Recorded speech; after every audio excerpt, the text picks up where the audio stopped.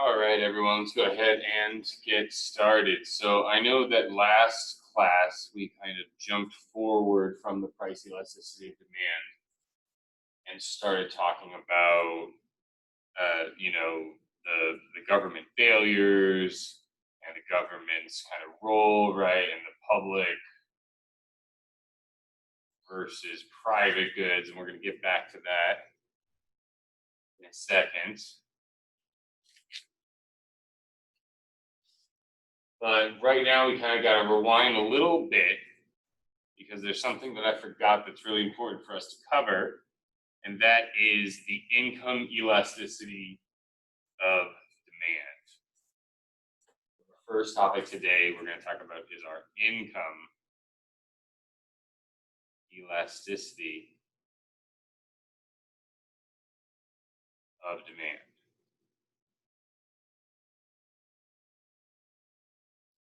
Now we've talked already about this in a lot of different ways, right? When we talk about sometimes when our income increases, we consume more of a good.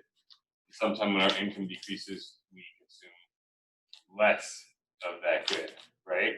So we know. So essentially, what is this referring to? This is defined as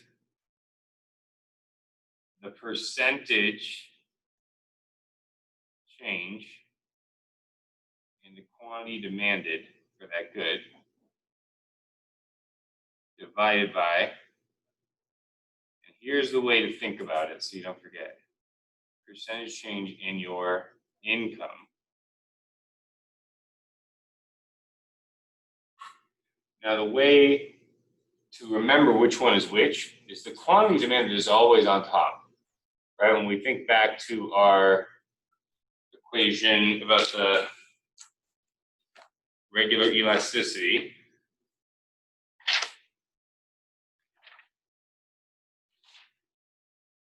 it's always the quantity demanded on top.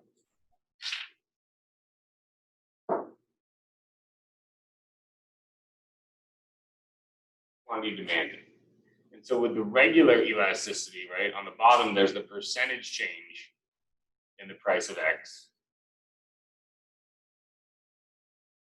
This one is the percentage change in the price of your time, your income, right? So you can think about this as the price of your time.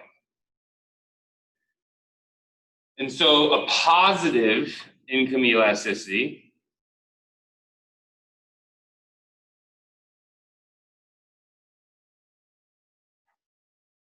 indicates a normal or superior good.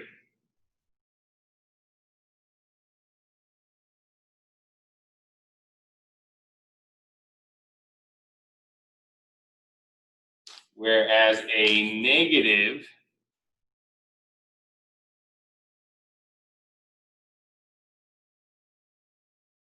income elasticity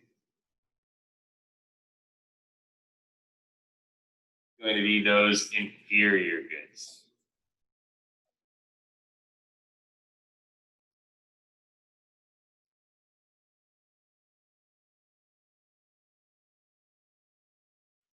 And so why do we care about this? Well, let's apply this to an example. Let's think about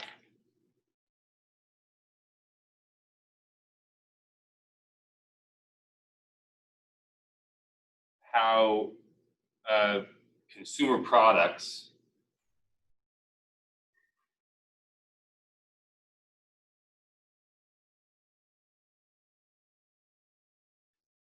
fare during recessions.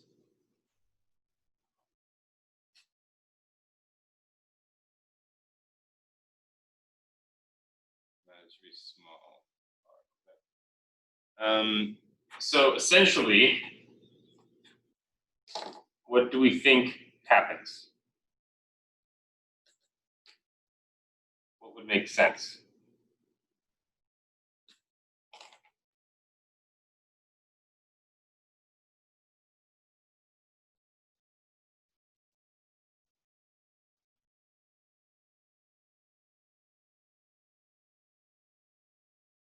Well, all of the ones that are very income inelastic, right? So those with high income elasticity. So again, what does this mean, elasticity? Let's make sure we understand what this is talking about, right? So since this is talking about this elasticity of income, right? It's going to be my percentage change in my quantity demanded over my percentage change in my income. So if this is a very large number, then that means that the quantity demanded that I have, right, my numerator is always going to be much larger than the denominator. So we can kind of rewrite this and say, well, if E income, let's just pick a value, right? Let's just say it's 10. Then the percentage change in the income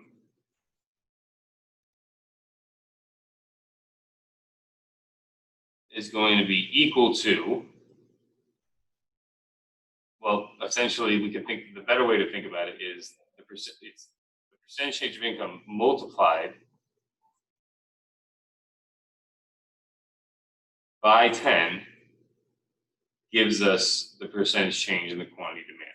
So the quantity demanded, the percentage change in quantity demanded is going to be 10 times the percentage change in the income.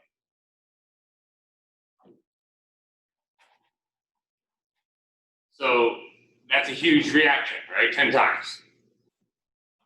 So if there's a recession, what happens to the income? Increase or decrease or stay the same?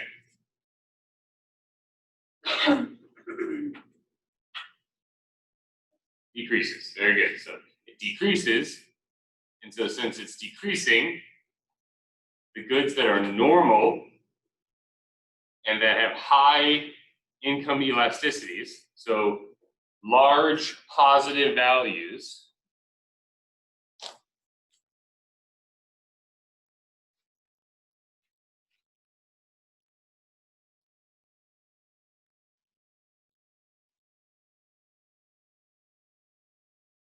of income elasticity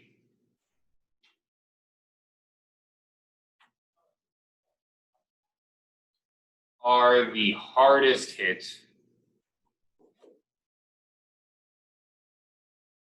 during recessions.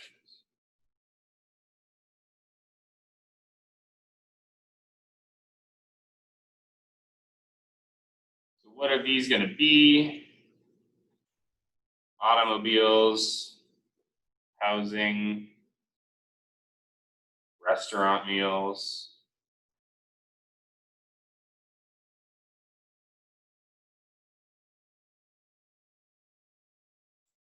What's something that doesn't really decline, right? So the things that don't much decline, we would say, low elasticity items.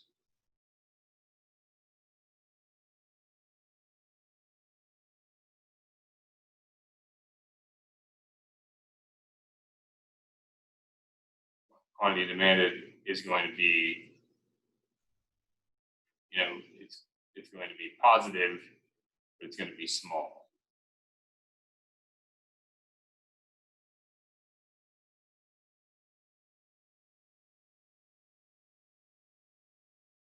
So these are going to be, food,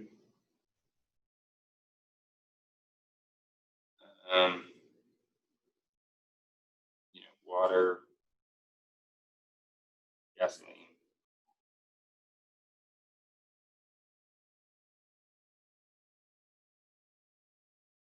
So we've already talked about inferior goods, right? We know ramen noodles, bus passes, generic brand, peanut butter, all that stuff. One more about elasticity, and then we can go back to chapter 5. One more elasticity. It's important for us to know.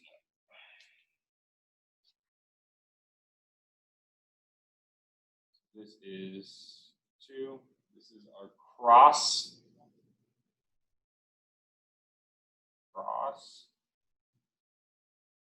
elasticity of demand.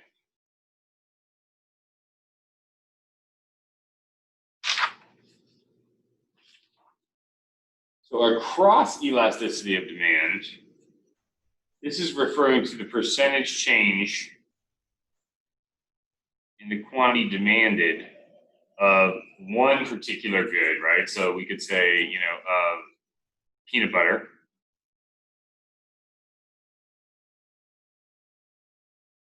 Given the percentage change in the price of something else, right? The price not of peanut butter, of jelly.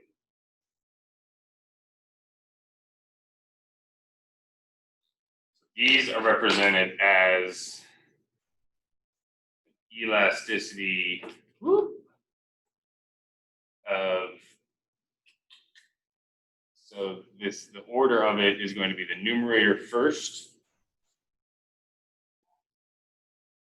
and then the denominator.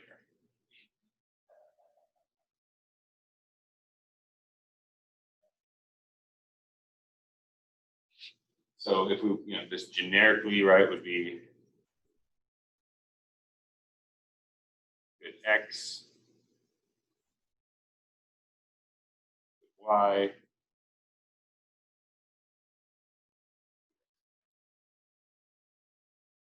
so what do we expect the cross price elasticity of peanut butter and jelly to be? I want you on your own, take a few seconds and write in your notes your best guess as to what it's actually going to be.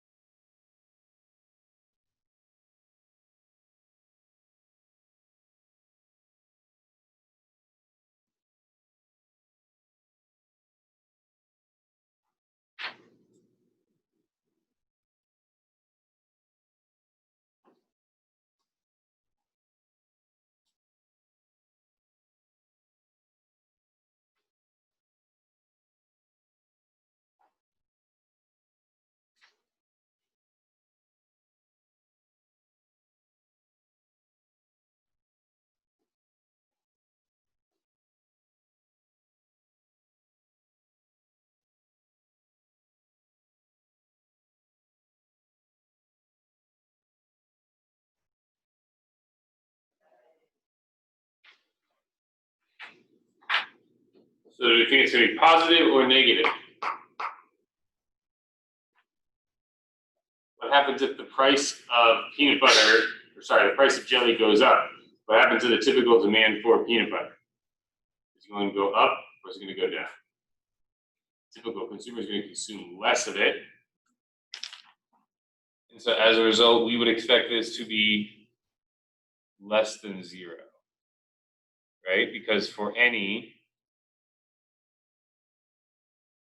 positive percentage change in that price of the jelly, we expect there to be a negative percentage change in the quantity demanded of peanut butter.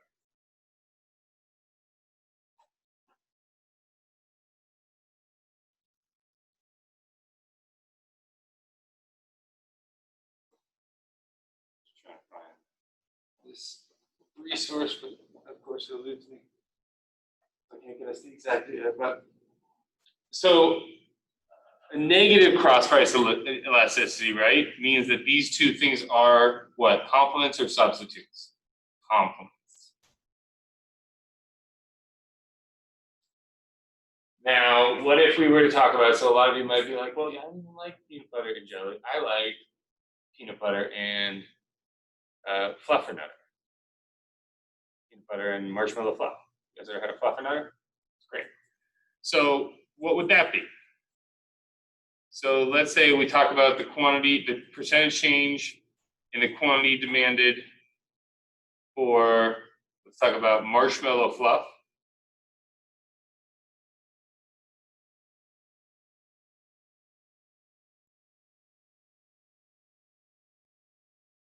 Crossed with the percentage change in the price of, we'll do the price of jelly again. So this one, how would we write it, number one? Would be elasticity. We put the numerator first, so we say marshmallow fluff, comma, jelly. Again, if you haven't had peanut butter and marshmallow fluff on a sandwich, fluffernutter, it's very delicious. I highly recommend it. And so what would happen if the price of jelly were to increase? Well, I would buy more marshmallow fluff rather than jelly, right? So the price of jelly increases, and I'm going to buy more. Whereas up here, the price of jelly increased, and I'm going to buy less peanut butter.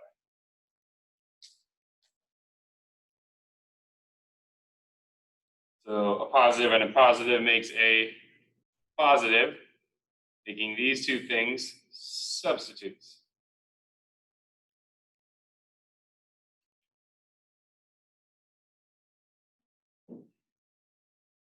Questions on that? So essentially, you can take the cross price elasticity for anything. And that's going to tell you if it's a complement or if it's a substitute, right? If it's positive or if it's negative. What if it's zero? What if it's close to zero?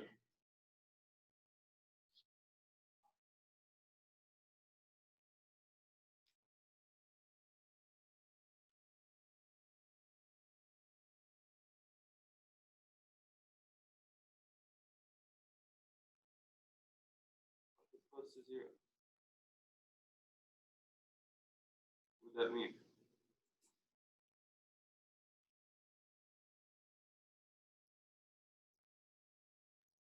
Well, we have a fraction here, right? Got something on the top and something on the bottom, right? It's got an A term and a B term. It's close to zero. That means that this A term, let's say it's equal to zero. That means that this A term has to be equal to zero. Why is that? Well, because if the A term was some number, 17, and the B term was equal to zero, that can't happen, right? That's, you can't divide by zero, it's undefined. You'll hear people say it's infinity, but a lot of mathematicians will argue that undefined is a much better term. You just can't do it. So if it's equal to zero, that means that that A part is going to be close to zero, right? What does that mean? That means that my percentage change in the quantity demanded for that good X is going to be zero, regardless of, no matter the change, the percentage change in the price of that other good.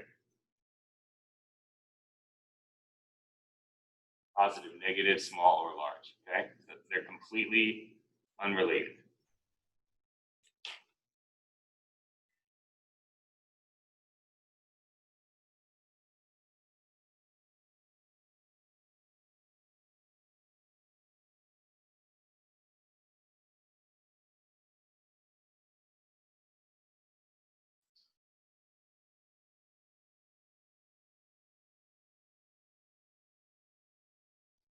So firms that produce similar products, right, like Coke and Sprite, there's low cross price elasticity, right? You know, they're weak substitutes. So if one of them all of a sudden decides to undercut the other one, then not going to have too much of an impact on the price of the other products. The government usually, and there's a lot of interesting articles, I'll find one and I'll post it for you, our podcast. The government usually blocks mergers between companies that are similar, like, you know, Coke and Sprite, or like if Coke and Pepsi wanted to merge into one super company, right? The government would come in and say no, but it's been a while since they really like chimed in, and you know, and it's not just this, it's been like a solid 10, 20 years, right? So it's interesting, you know, the regulatory capture, right? That's, you know, all of the, essentially the revolving door of Congress, and the fact that as soon as you stop being elected representative, you're a lobbyist, and you know, they all run on all the donation money for their campaigns, right? And so regulatory capture essentially says that, you know, over time, these it's in the self-interest of the corporations and stuff, right, to you know, capture the regulator, so to speak, right? You know, like in Galago, when you would capture an extra ship, and you know, because of the and to allow for greater accumulation, greater mergers, greater acquisition efforts. So interesting. I'll find that podcast and I'll post it as an announcement. Okay, so that wraps up chapter 4 for us. So let's go back to chapter 5. Cool.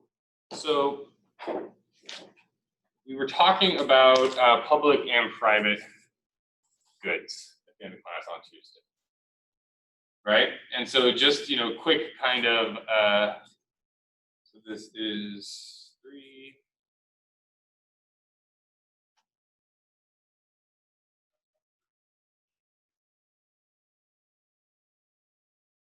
But, you know, just quick recap, right, in terms of, we're talking about a public good and a private good.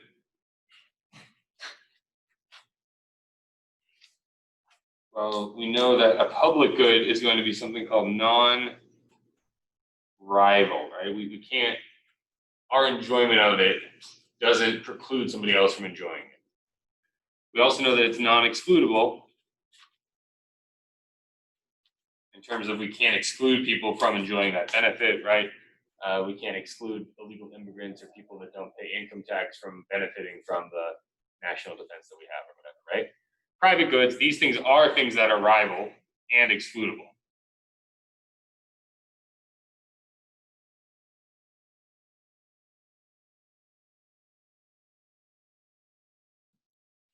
And so we have market failures. We talked about market failures when the total cost isn't taken in by the supplier, right? And so those market failures take the form of something called externalities.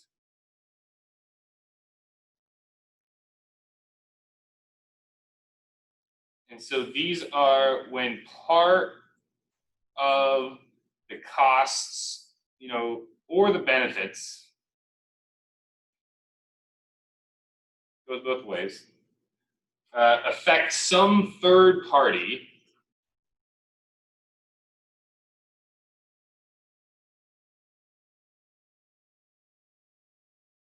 that is external to the market transaction.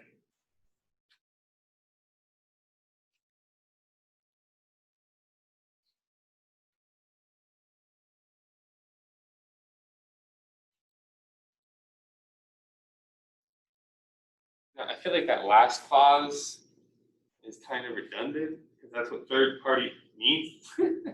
But they just really want to make it clear. This is somebody that was not there, did not consent to it, was not privy to the details of it, but nonetheless, the water that they're drinking is full of uranium, right? If we take an example from the Pine Ridge Reservation just up the road. That's a negative externality of the mining operations that were going on. That's why they shut the mining operations down. It was because it was polluting the drinking water to a very dangerous degree. And these regulations aren't necessarily always a bad thing. You know, a lot of economists are proponents of making kind of non-prescriptory regulations, right? So one of my favorite examples is, you know, the sawmills of old. You know, they'd always line up next to water, right? Because they need fresh water for stuff, but also because they have all this extra sawdust that they need to dump. And you know, it was easy to just throw it in the river. Well, when one does it, it's okay. When two does it, it's all right. When seven do it, it's starting to be a problem. When 20 do it, you know, the towns and everything and fish downstream, right, like are dying, you know.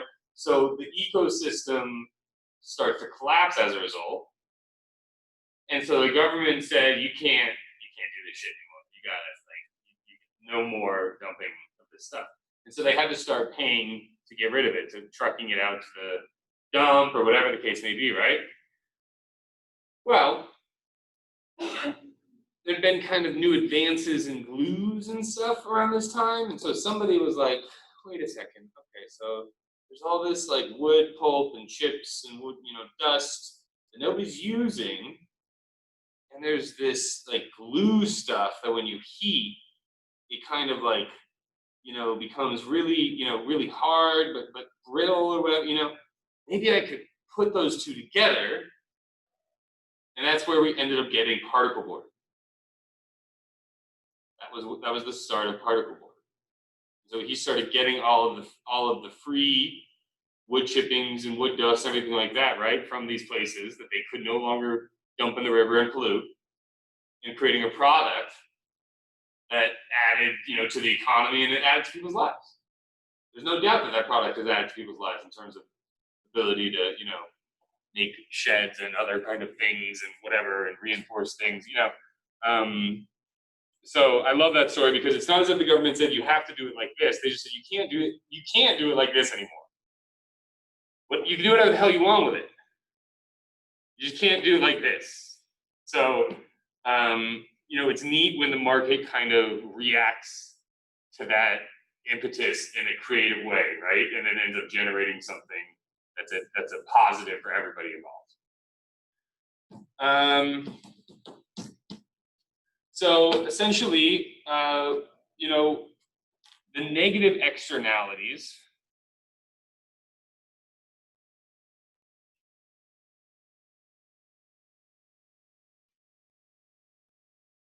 these are the ones like pollution and the sawdust and everything, right? These are the ones that occur when producers are able to shift some costs onto the community.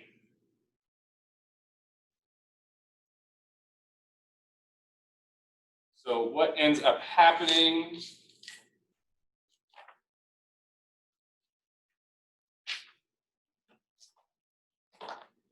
end up with figure 5.1a in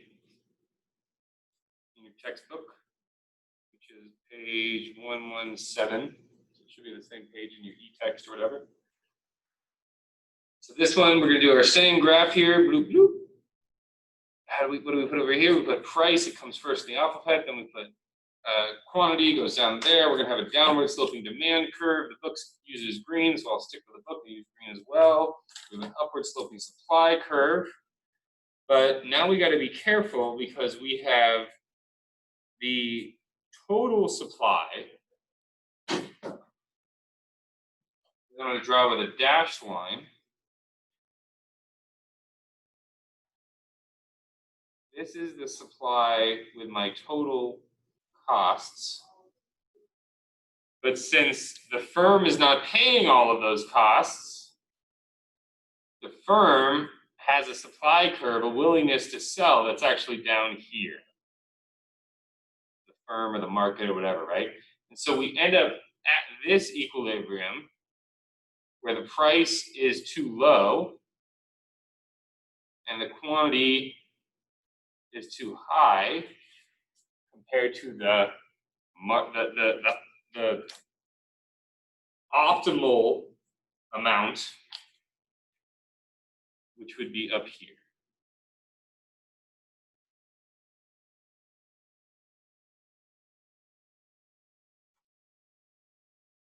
And here's a real key point to keep in mind with economics, right?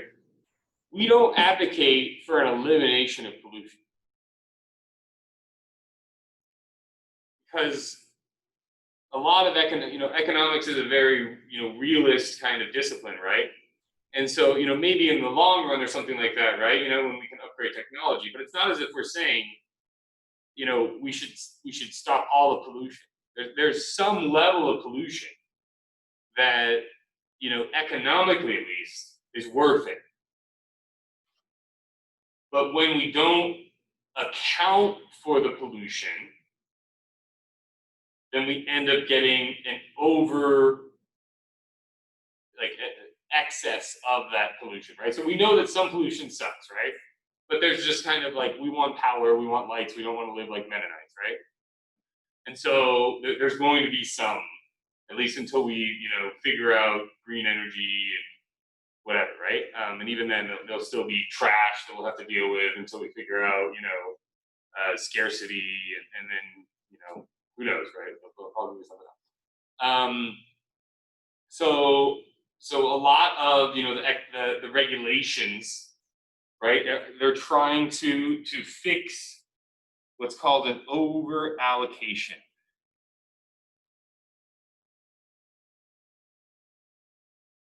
So remember, we talked about those two types of efficiency: the productive efficiency and the allocative efficiency, right? So this is the allocative efficient point, and anything above that is going to be over allocation.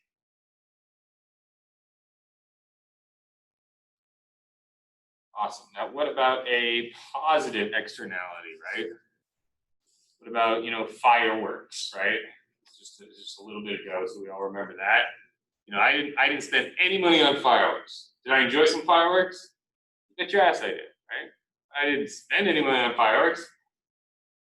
My neighbors definitely went wild with it one night. It was also like a week event for some people, right? And so you kind of just knew who in the block had a bunch of fireworks and we're gonna see, went out during that, right?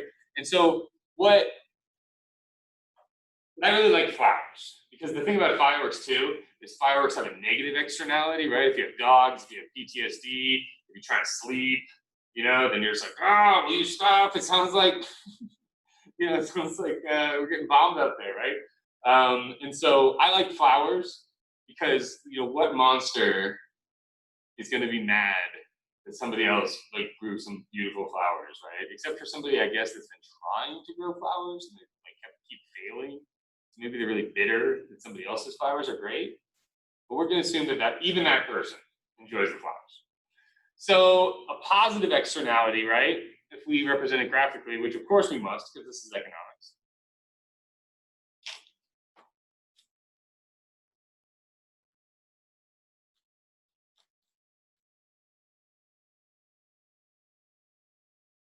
A positive externality, well, that's when the demand doesn't capture the total willingness to pay, right? And so there's a total demand here. There's a demand curve with a total willingness to pay that, if they erected barriers and said you can't watch, I probably would have gone and bought some fireworks. I was right on the edge, especially towards the end when they started selling a bunch of fireworks, buy one, get three free. We don't want to truck them back. And so the demand is much higher, but the current allocation is low.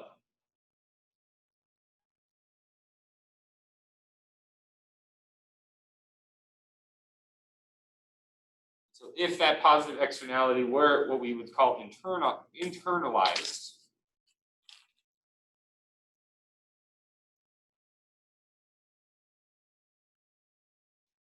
there would be more of the good, and also producers would be getting more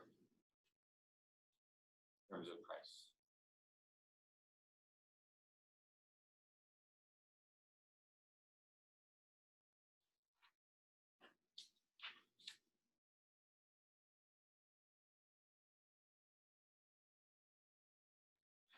Questions on that?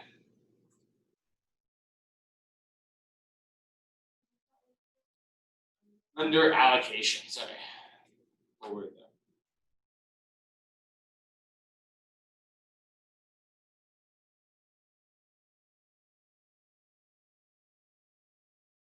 So, essentially what can we do? At the core of it, what we do is, with the supply issue, right? We issue a tax that's as large as whatever this gap is.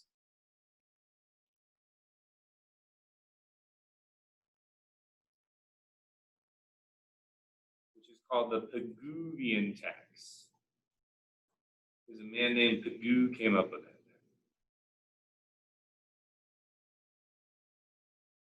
Frenchman, he's like, well, we should just tax them the amounts. However much extra the cost is, we just make them pay for it. But this becomes harder because, there's ways to get around it. There is going to be less of that good, right? If you do that, so the public might be upset about it. So there's a lot of issues with it, with these Pigouvian taxes, specifically with dealing with pollution. So what do they try instead? They tried, this thing called a cap and trade. They were like, well, we're just going to set the amount of pollution to this, and then you guys can buy and sell credits among yourselves. And that really didn't work out well too in terms of reducing total emissions. So that's one of those things where, again, it's like just making them pay more, because what do? They just pass the price on to the consumer mostly, right? It's not as if the firms really, and if it's like a monopoly good like electricity, you can't go get your electricity from any place but NPPD. That's it. You got one option, right? So, and then same kind of thing when when they have a positive externality, they can go ahead and they can issue a subsidy to the buyer.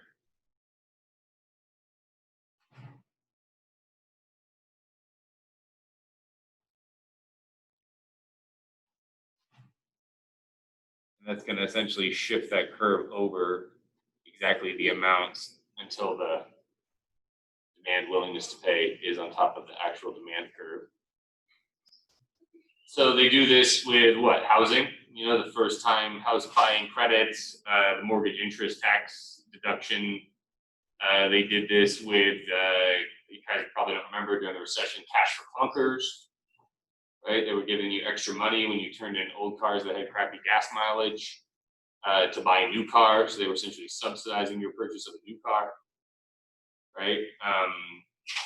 Why is that? Well, they wanted to reduce emissions. They wanted to upgrade the national fleet of cars. And so one way to do that was to, get all the people that were driving these crappy old cars that were polluting into better cars that were both more gas efficient, but also more less environmentally damaging.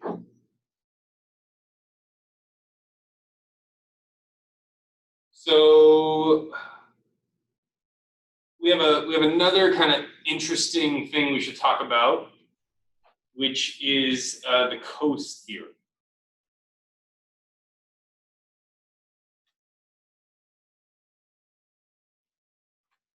So this is named after Nobel Prize winning Ronald Coase, and it suggests that the government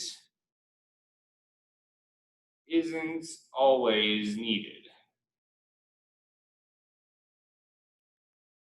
to remedy these, misallocated costs and benefits.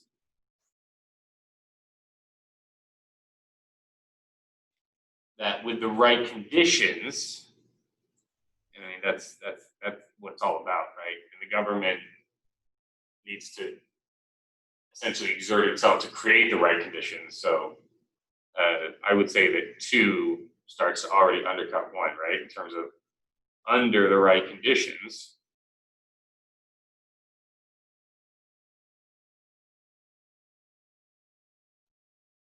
Externalities can be solved in the markets.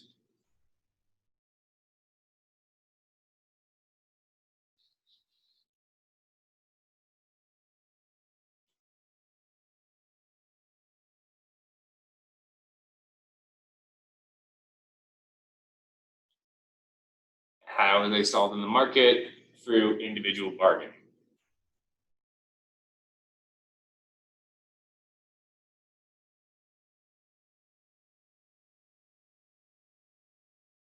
And so what is an example of this? I'm glad you asked. Bees. I'm covered in bees. So bees provide many positive externalities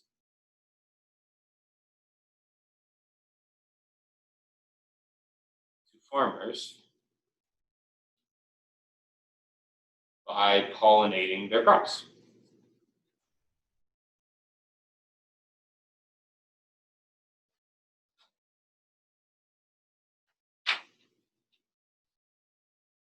How is this done? So this is accomplished through individual bargaining.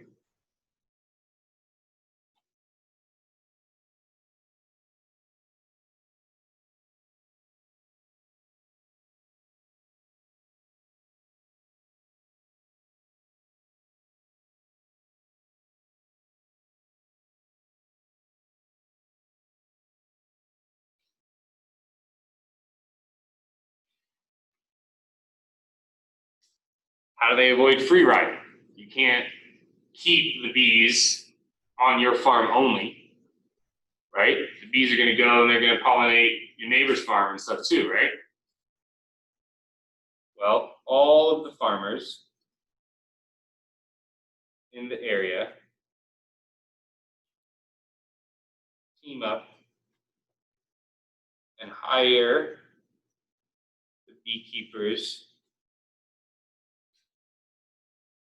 simultaneously.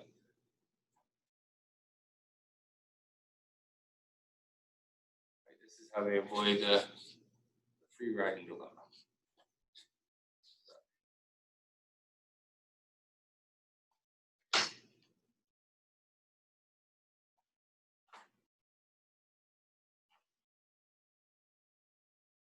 And it's this farmer's willingness to pay beekeepers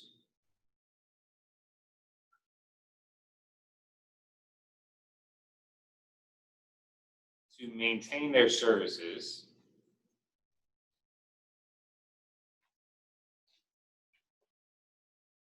because without the bees, the farmer's crops would be devastated, right?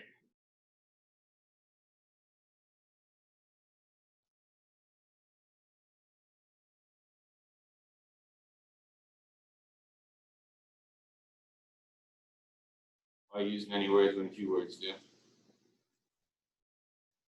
So as a result, Coase concludes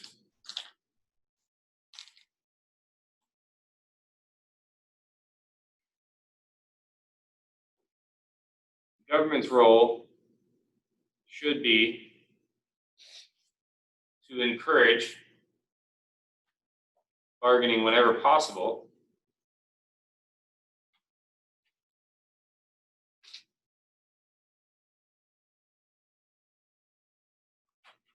rather than to get involved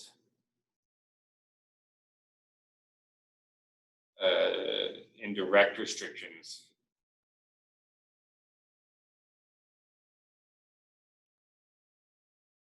or subsidies. So the issue here becomes that, you know, a lot of times it's not as if the 2 parties are coming to the table, you know, with completely equal weights, right? when we talk about the company that's polluting the sawdust into the river and the little town down the river, can't go up to them and negotiate some sort of payment scheme. They probably don't have much money anyways. They probably don't have enough money that it's going to be worth it for whoever owns that factory or whatever, right? To stop doing what they're doing. So, this works when it's, people have equal bargaining position. This works when the transaction costs are low. As soon as we start to, as soon as it starts to cost time or money or bandwidth or whatever, this theorem kind of starts to fall apart.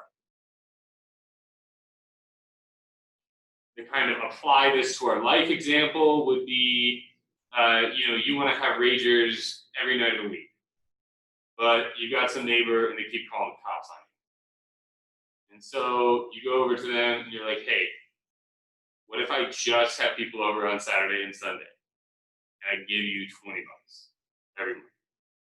Okay, that's probably fine. So you do that, and then you're like, man, I miss having ragers every single night. But maybe I could push it. So you go and you say, okay, what if I gave you $60 so that I could do it on, Wednesday and Thursday and Friday as well? Like, okay, fine. That's the Coase theorem in action, right? The fact that you should just be able to go up to people and settle your differences through negotiation. Since it's worth money to you to not have these people, partying up all night or whatever, right? But it's also worth, so you can be like, and honestly, it's really funny because Hollywood filming, all of those neighborhood scenes and everything like that, right? All of the other houses you see, all of those people are being paid to not make noise and not go outside. Like my buddy, his whole job, and there's like a union of people that do this, where they go and they essentially have like a certain area around where they're filming, and they go and they knock on all the doors, and they talk to all the people, and and they give them money, and they essentially have so much money that they're authorized to give. And of course, they want to give them the least amount possible because they get bonuses based on how much, how low they give them or whatever. But yeah, it's a whole job, a whole career of just using the Coase theorem for production purposes. So some people barely hold out. Some people say no problem and go right inside. Get nothing. Some people barely hold out and get $50 or $100. Some people are real assholes, I guess, and get $300, $500, right? So if you ever happen to have somebody, just know the well's a bit deeper than you probably think. All right, questions on externalities?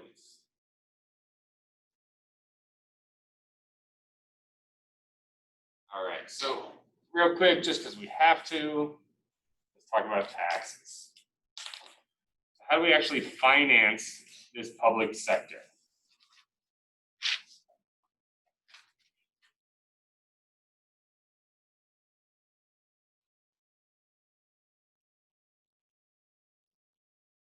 And then I'm also going to put it here just for completeness and debt. Because we definitely spend way more than we earn. But the theoretical gist of it, right, is that taxes are, this necessary evil, right? Taxes are necessary to provide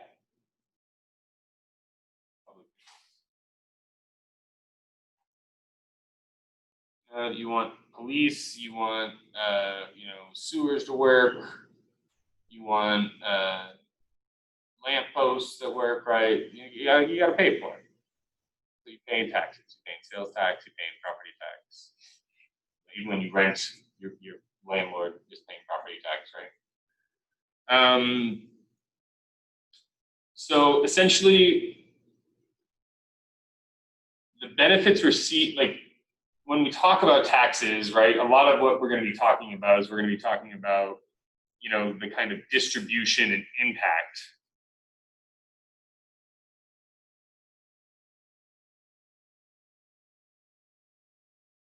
of that taxation.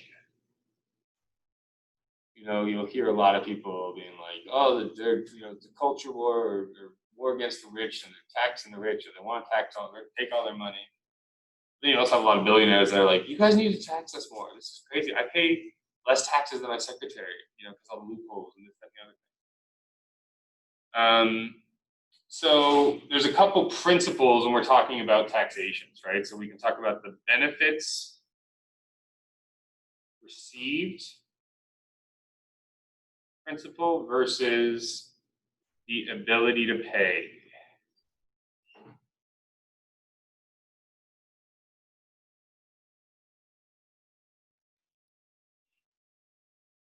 So the benefits received, right? This is essentially saying that, you know, you should be taxed, households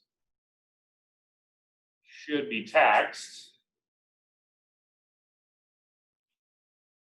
Number one, is that positive or normative? Should be. It's normative, right? Positive would be households are taxed at this rate. It's discretionary. Should be is prescriptionary. It's normative. So households should be taxed, you know, in relationship to the services that they receive, right?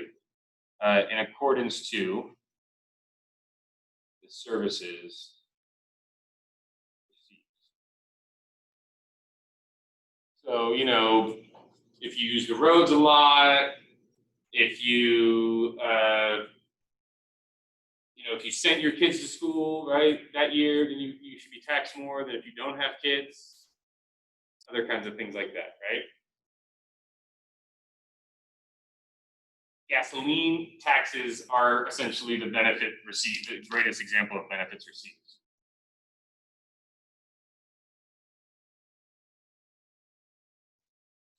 Because you're only you know, you're only paying that if you are on those roads, and those roads are only used by cars. We'll say highways, since you can't bike on a highway or walk on a highway. What about this ability to pay notion? The ability to pay notion is saying that this tax burden, right, the kind of majority of the tax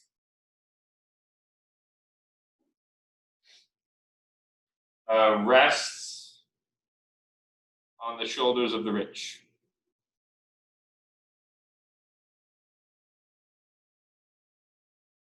Those with greater income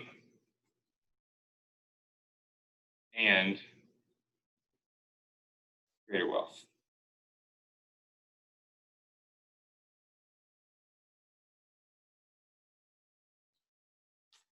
Essentially, the rationale for this is that,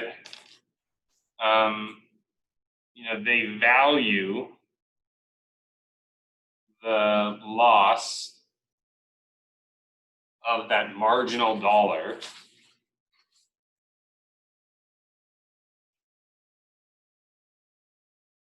So, you know, essentially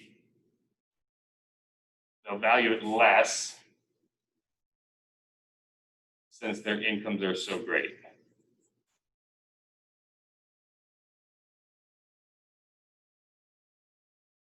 So, you know, that same hit that the county needs in order to, you know, or that the city needs so they can, I mean, the reason why they don't salt the roads out here is because they don't have the money.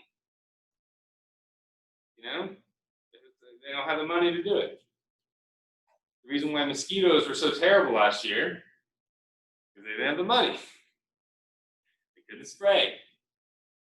Like, you know, Scottsbluff, you know what I mean? Which is, you know, a big city. It has a lot more taxes. So to finance that kind of thing, you know, the ability to pay notion says that, well, you know, taking, you know, $1,000 a year away from somebody who makes $4,000 a month is a lot different than taking $1,000 away from somebody who makes $10,000 a month, or sorry, or $10,000 a year, right? They make like $800 a month. Taking $1,000 a year away from them is a way bigger deal. So that's where the ability to pay kind of rationale comes in. You guys understand the two rationales? And so a lot of people, you know, that are getting taxed, so, and you'll hear a lot of people bitching about, you know, their property taxes being so high, you know, because they don't have kids and they don't, you know, blah blah blah, right? So there is a lot of this kind of coursing through our like political economy or zeitgeist or whatever, right? In terms of people using this as arguments for or against certain types of taxes. And so what are those certain types of taxes that we have? Oh, I'm glad you asked. Well, we've got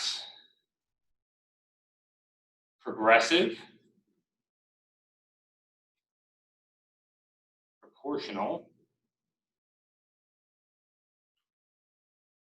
and regressive taxes.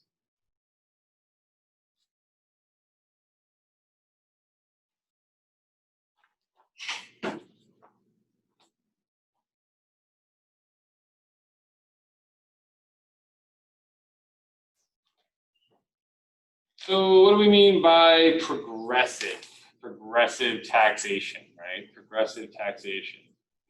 Well, this means that as your income increases,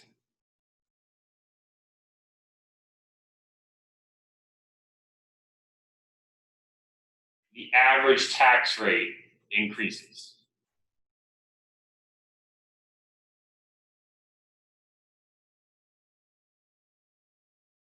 The average tax rate grows absolutely with income and also proportionally.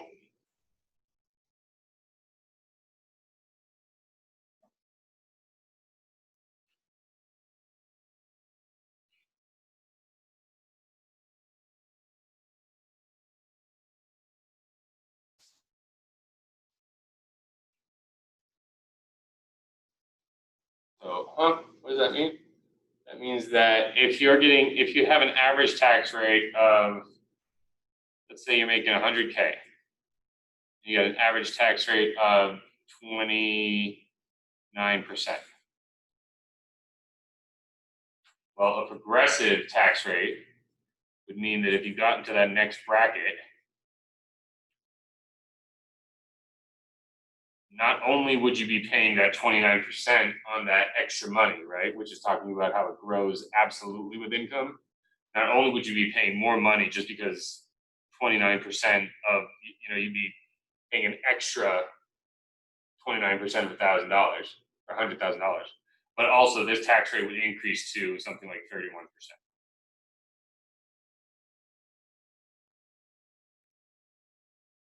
That makes sense, everybody? This is how income tax works.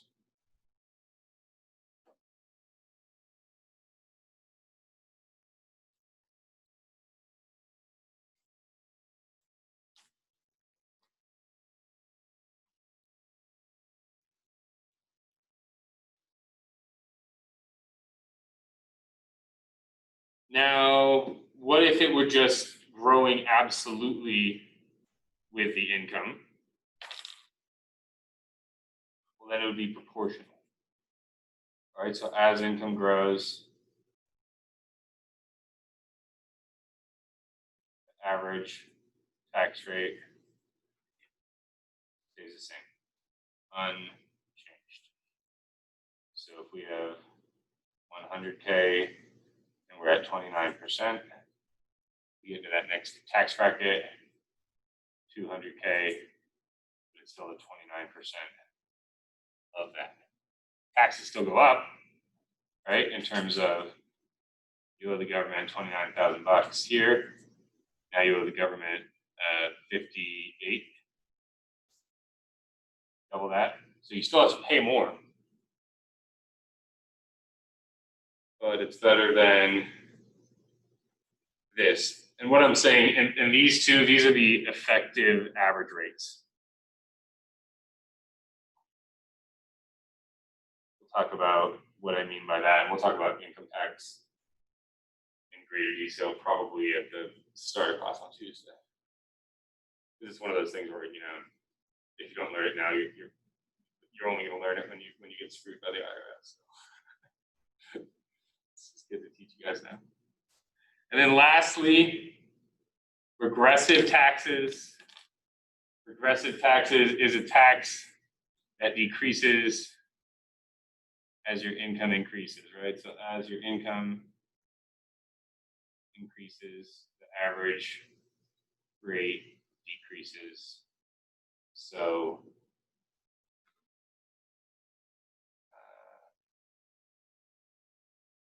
trying to think of, oh, so payroll tax is regressive.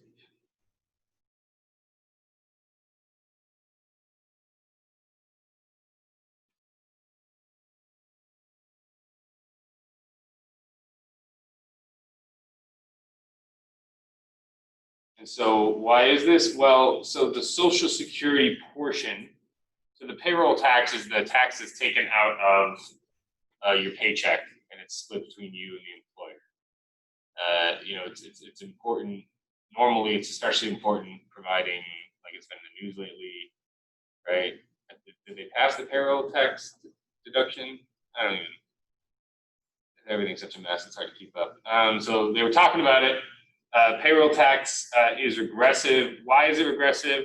Well, it's regressive because the Social Security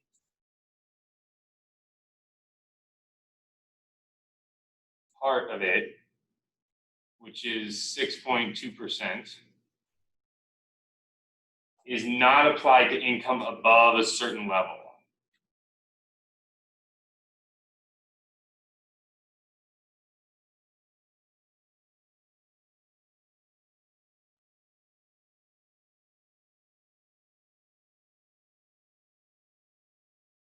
So that was $118,000 in 2016.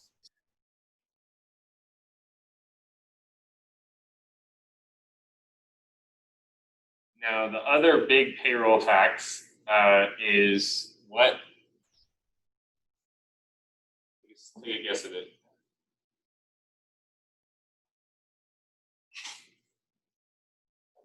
Social Security and Medicare. So if you have grandparents or your parents are old like mine, you know all about Medicare. It's the life insurance for old people, or sorry, health insurance. Health insurance for old people. Oops. And so this is 1.45%. This is applied to all the income.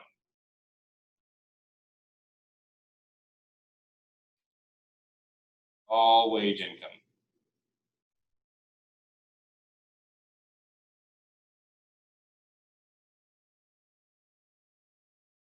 And so what does this mean?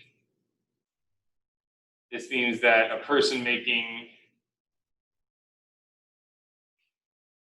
$118,500 will pay 7.65% into this, whereas a person making $237,000, because essentially they stop paying into Social Security after that 118,000, they only pay effectively 4.6%.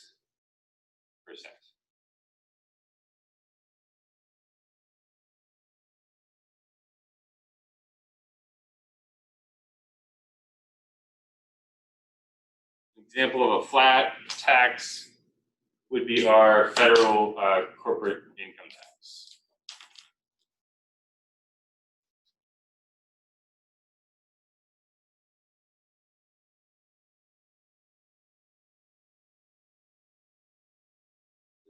It's just the same, no matter how much you get.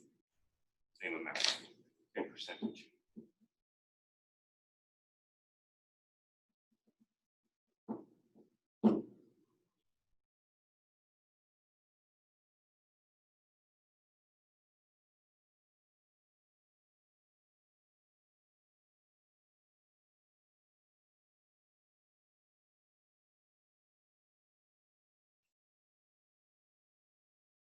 All right.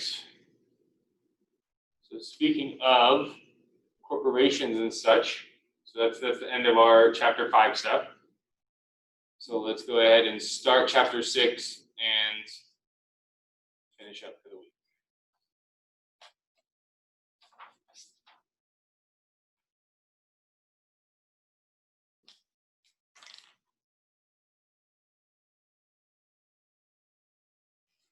This is businesses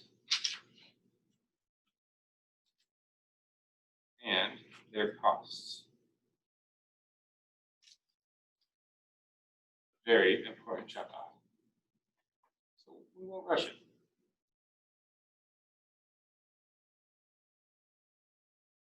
So we've got some definitions when we talk about the business population.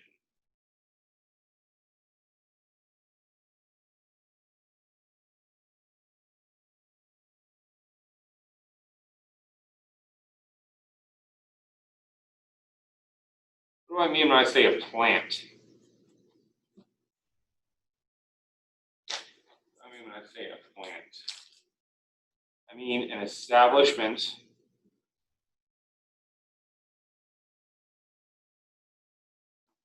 where production or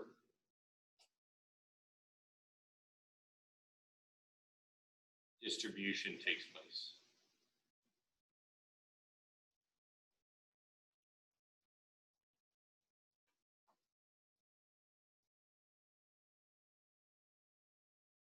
So examples of this: factory, farm, store, and website.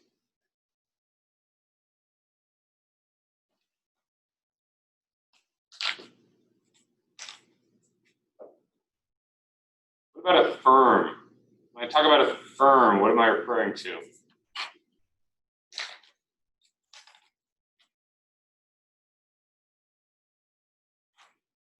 Some sort of business organization, right? Or it could just be some legal entity. Sorry. Lamp.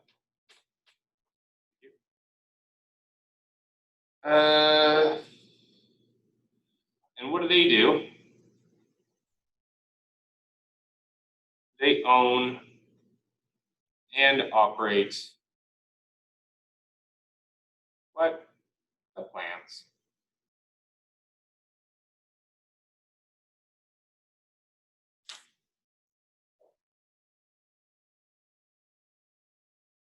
All of these firms, when you put them together, what do you end up with? An industry.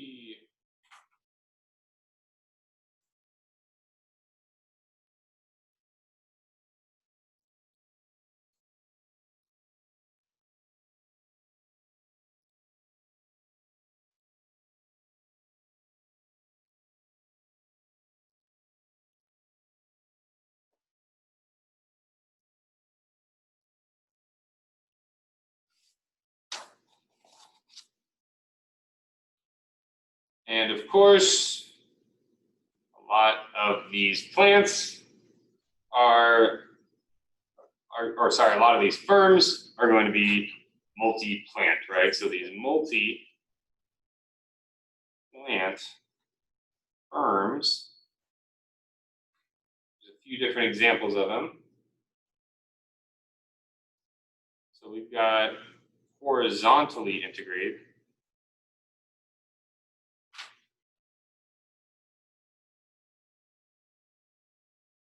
So this is a firm with many plants at the same stage.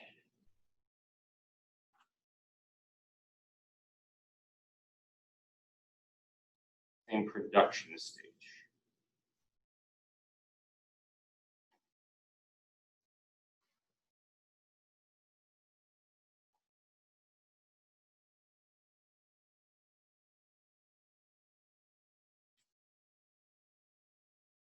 And so this is going to be, you know, Coca-Cola bottling plants.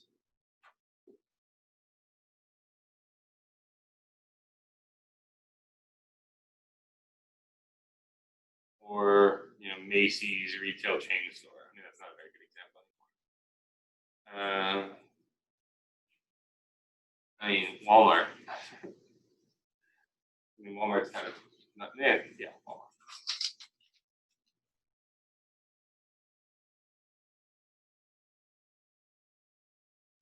What about vertically integrated?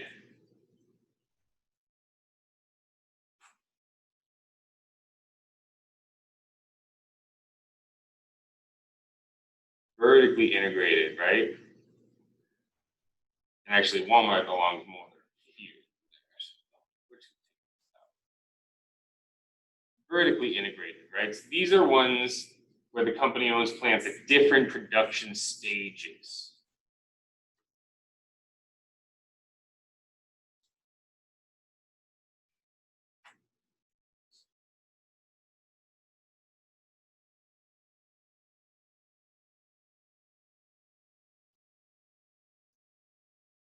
And so, for example, you know, a steel company might own the ore.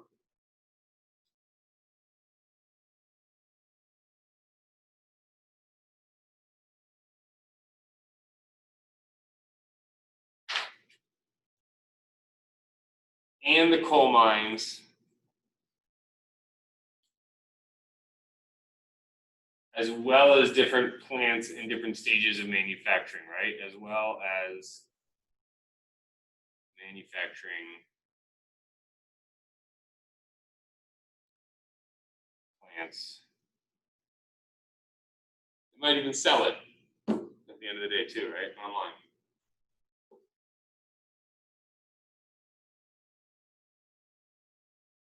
And so lastly, the most insidious of them all, we'll call it for a day after this. If you guys have any questions or need any help with anything, you shoot me an email and I can find some videos or make a video for you. The last one is going to be a conglomerate. And this is a firm that owns plants in different industries.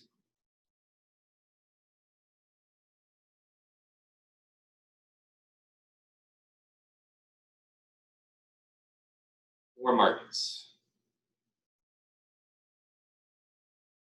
And so the best one of this, and you're going to start your homework for the weekend, is to, whenever you're going shopping or whatever, I want you to take a look at who actually owns all the different brands of all the stuff that you're buying.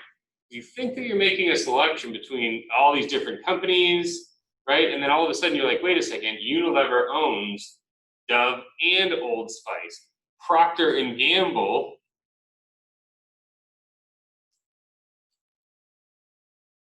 you know, they produce, you know, soap, tampons, diapers, laundry detergent.